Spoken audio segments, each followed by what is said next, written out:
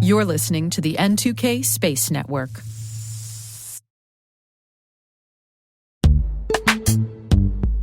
This episode is brought to you by Palo Alto Networks, the leader in cybersecurity. As AI-driven attacks increase, organizations can't afford to have network security that's stuck in the past. Discover how Palo Alto Networks can help you predict what's coming and proactively secure against it with a zero-trust, AI-powered network security platform built to secure whatever, whenever, wherever. To learn more, visit paloaltonetworks.com/network security platform.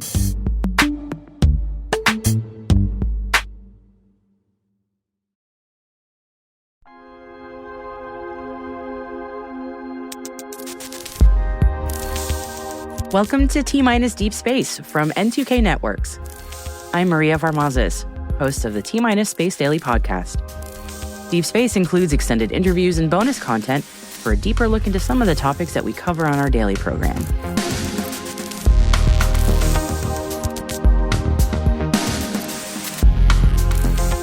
And on February 22nd, 2024, Intuitive Machines' IM-1 Odysseus Nova C lander mission landed on the south pole of the moon. It was the first successful soft landing by a commercial space company, and it was part of the NASA Commercial Lunar Payload Services Program, also known as CLPS. One of the payloads on board Odysseus was Lonestar Data Holdings' Independence Demonstration. From the surface of the moon, Lonestar successfully completed the first ever data center test. And I spoke to Lonestar CEO and co-founder Chris Stott about the journey from idea to reality. My name is Chris Stott, founder and CEO of Lonestar Data Holdings. Chris, I greatly appreciate your time today. I have to say congratulations on a successful test. I mean, that has got to feel amazing.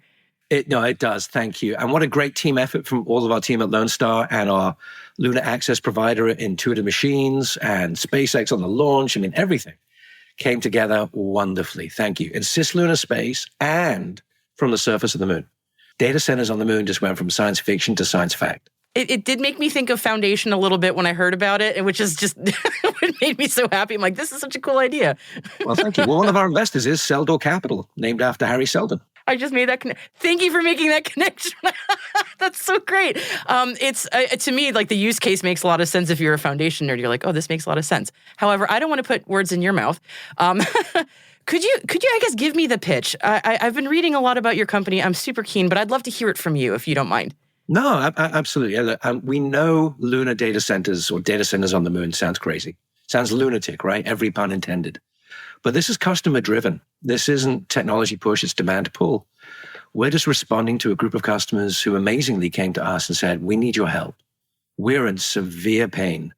We need somewhere to keep our data that is safe, secure, accessible, and that works under data sovereignty laws. And so we did. We took a long, hard look. We looked underwater in mountains and deserts, jungles, and anywhere on the earth that we looked, it has network intrusion issues. That's people tapping cable fiber and putting bad things in and out of wireless things. And it's all the way through to then nation-state attacks on immutable data, ransomware, human error, then throw in climate and climate change, and throw in storms and more, and then throw in war.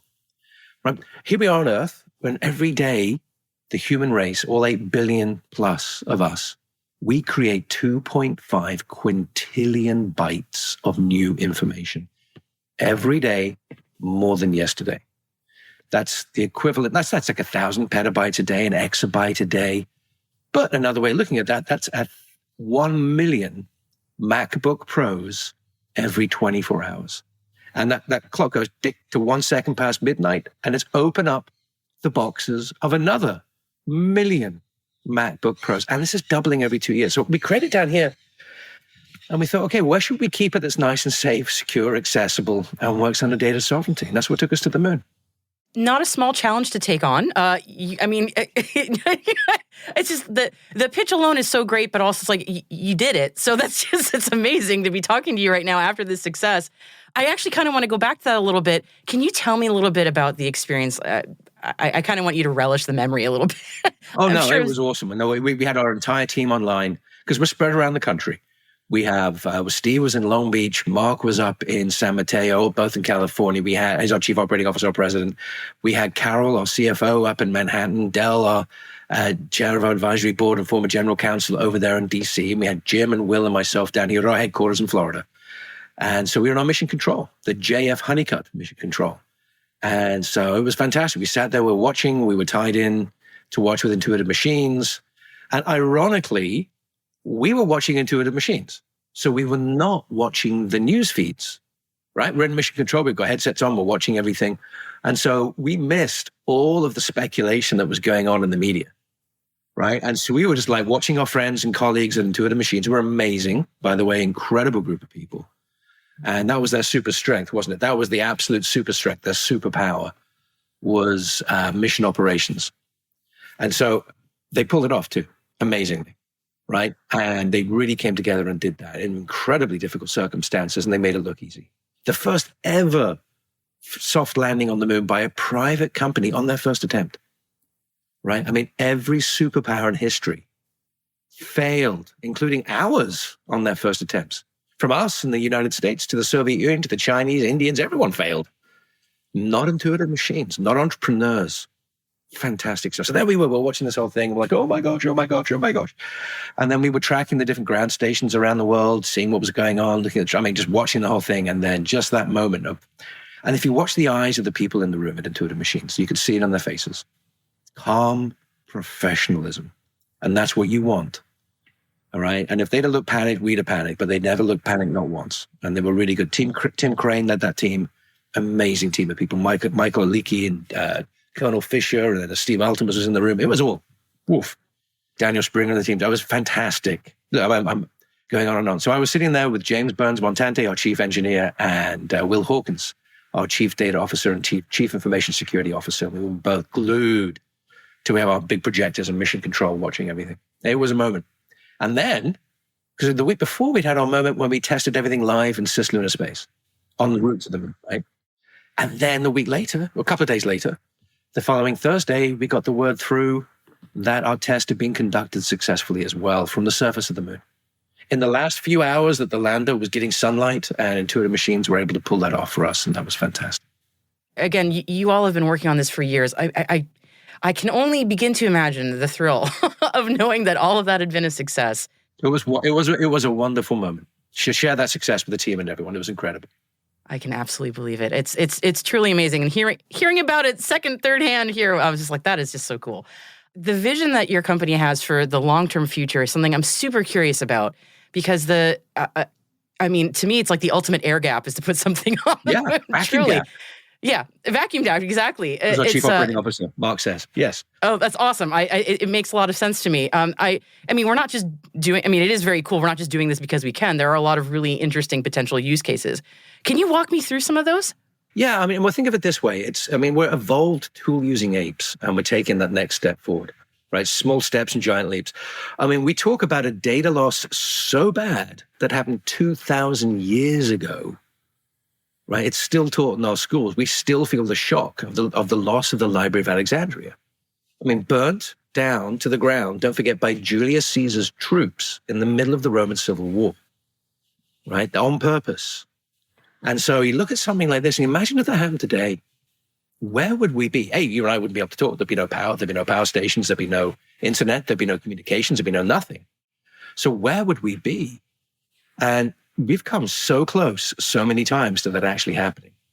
And you're in cybersecurity. You know how close we've come a couple of times. Our customers first came to us in April 2018 after NotPetya had gotten loose in 2017. Right? That was the first ever weapon of mass destruction, cyber weapon that the Russians unleashed, and it got loose into networks around the world. Maersk, FedEx, lots of articles and books. Sandworm, written about that by Andy, and then Nicole's book, This Is How They Tell Me the World Ends. Fascinating, right? And that's why those customers came to us. They said, oh my gosh, what are we supposed to do? Where do we keep this? How do we take a proactive step forward and make sure this actually works? And that's our goal is twofold. Number one, that people look out at night and they see the moon and they go, oh my gosh, our data is safe. The moon is such a perfect place, Maria, that if it wasn't there, we'd have to build it for data storage, right? It's incredible. The free cooling, it's so environmentally compliant, the solar power, the legal regime, which enables all of this to happen. And that's a huge thing.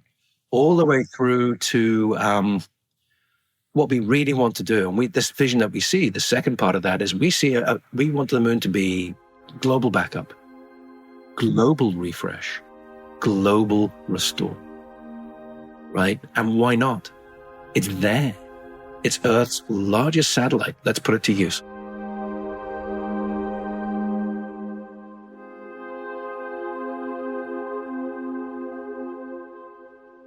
We'll be right back after this quick break. Imagine a world where you're always one step ahead of cyber threats, where your defenses are impenetrable because you see what others don't. Welcome to Team Cymru's Threat Intelligence Solutions. With real-time access to the world's largest threat intelligence data ocean, they enable you to turn the tables on attackers. Transform your security from reactive to proactive through accelerated threat hunting and incident response, made possible through automation. Empower your team with visibility and insights to start defending your organization like never before. Team Cymru. Be the hunter, not the hunted. Learn more at team-cymru.com/cyberwire. That's team-cymru.com/cyberwire.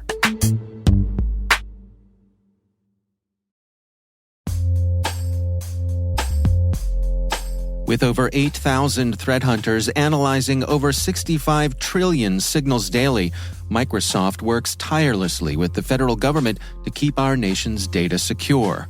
This 30-plus year partnership is driving mission innovation that is secure by design. Whether optimizing your existing defenses or tackling advanced threats with AI, Microsoft gives you the intelligence and the automation you need to defend at mission scale. Let's work together to stay ahead of emerging threats and secure your mission anywhere. Learn more at aka.ms/fedcyber. That's aka.ms/fedcyber.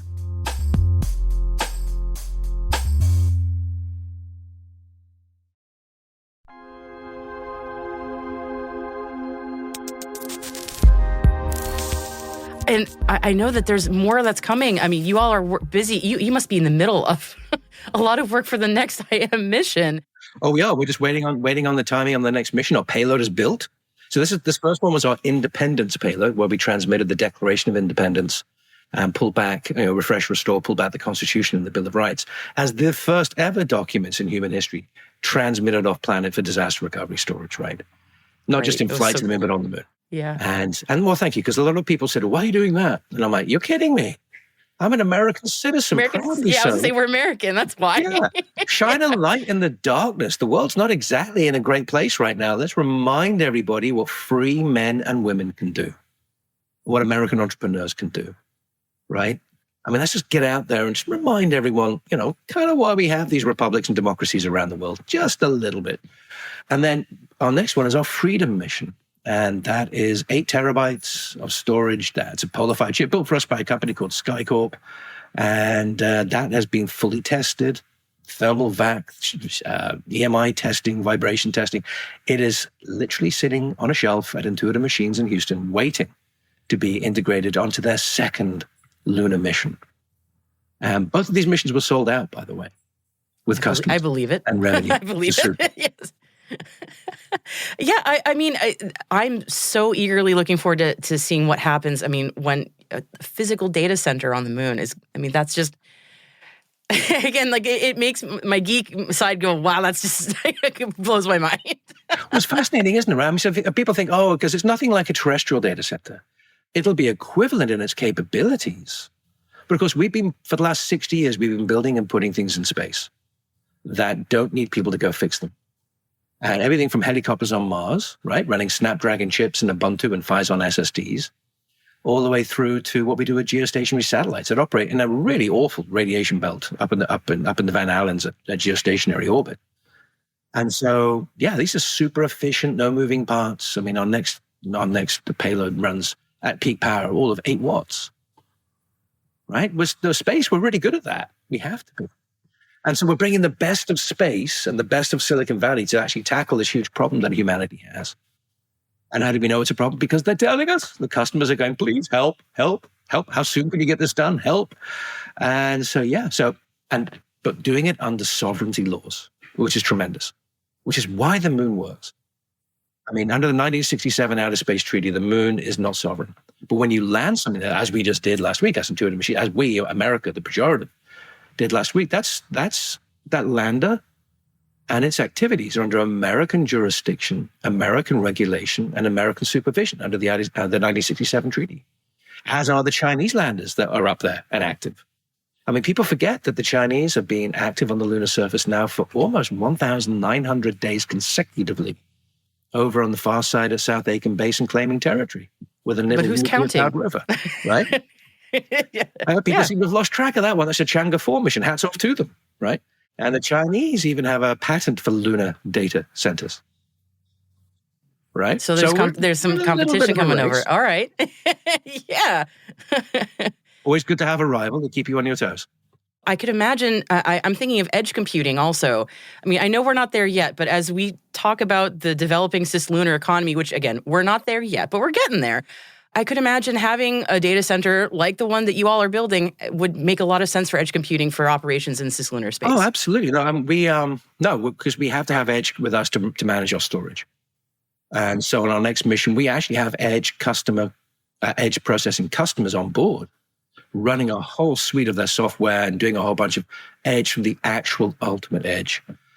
Back in December 21 and April 22, we actually loaded and ran the first ever software-defined data center up on the International Space Station. And we did that taking over an existing computer, made in space as old 3D printer with Redwire's permission, because they took them over. And we did the first ever distributed ledger. We did machine learning. We did an adversarial art network. Think like a very early version of some of the ones we see today, like Midjourney and things like that. We did a bunch of data storage, and we ran that twice. And of course, we did it in the middle of COVID, and no one noticed. Our show wasn't running then, so I apologize. I would have noticed. No, thank you. Well, no, it's interesting, isn't it? So people are like, but your software, your payload had no mass. And I'm like, no, it was software.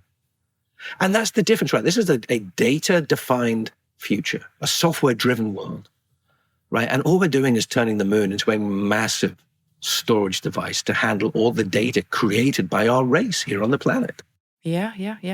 And it's amazing to think that, again, we will be doing edge computing with the moon involved actually much more soon than I thought. We did last week. That was edge. Yeah. That's true, isn't it? Yeah. That is true. That is wow. The future is amazing, and we're living in it right now. It's so cool. Chris, you have made my heart so happy just speaking to you about the cool things your company is doing. I want to make sure I love to give my guests the podium before we conclude. So if there's anything we didn't chat about that you wanted to mention, I want to make sure to give you that opportunity. All right. Well, number one, everyone listening, thank you for listening, and please back up your data. Yes. Right. Gosh, cosign. Yes. Definitely do that. And I also want to say that we couldn't be doing this. We have an incredible team of people at Lonestar, an amazing team of investors. And go to our website, lonestarlunar.com, and check them all out. But they are incredible. They're visionary because the people who joined our team and made this happen did so out of faith. And the investors who came in did so out of faith. Right? So when someone comes to you and says, please give me a couple of $1 million to go put a data center on the moon, and these guys went, okay, actually, we see it. Let's go. Right? And the customers who are with us too, the state of Florida has been a tremendous customer. And think of that, one of the fastest growing states in our great union, in our great republic, taking the very avant-garde step, having the panache to go out and say, okay, we're going to try this, we're going to do this. Our big data centers are in Miami, our backups are in Winter Park, and we've got a huge amount of data in the state that makes the state run from city to county to our state level. And for them to say, right, we need to do something. We need to be forward-looking. We need to be the first state in the union to do this. And they did it. And they were our first customer. And fantastic group of people to work with too up in Tallahassee. And the guys at Space Florida who made that happen, wow. Just Frank DeBello and now Rob Long and his team have been absolutely tremendous. And I know I'm missing people I should be thanking there. But imagine that. Sometimes government does work. In a good way. I love that. Oh, gosh. I've got the warm fuzzies. It's a good feeling. Chris, you've been a delight to speak to. Thank you so much. And again, congratulations to you and your whole team on your great success. May it continue. And all the best to you. Seriously, it's been a joy to speak to you. Hopefully see you on the moon sometime.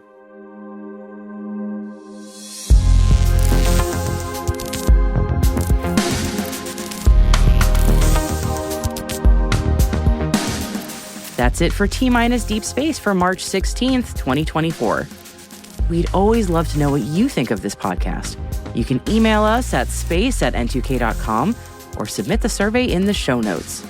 Your feedback ensures that we deliver the information that keeps you a step ahead in this rapidly changing space industry.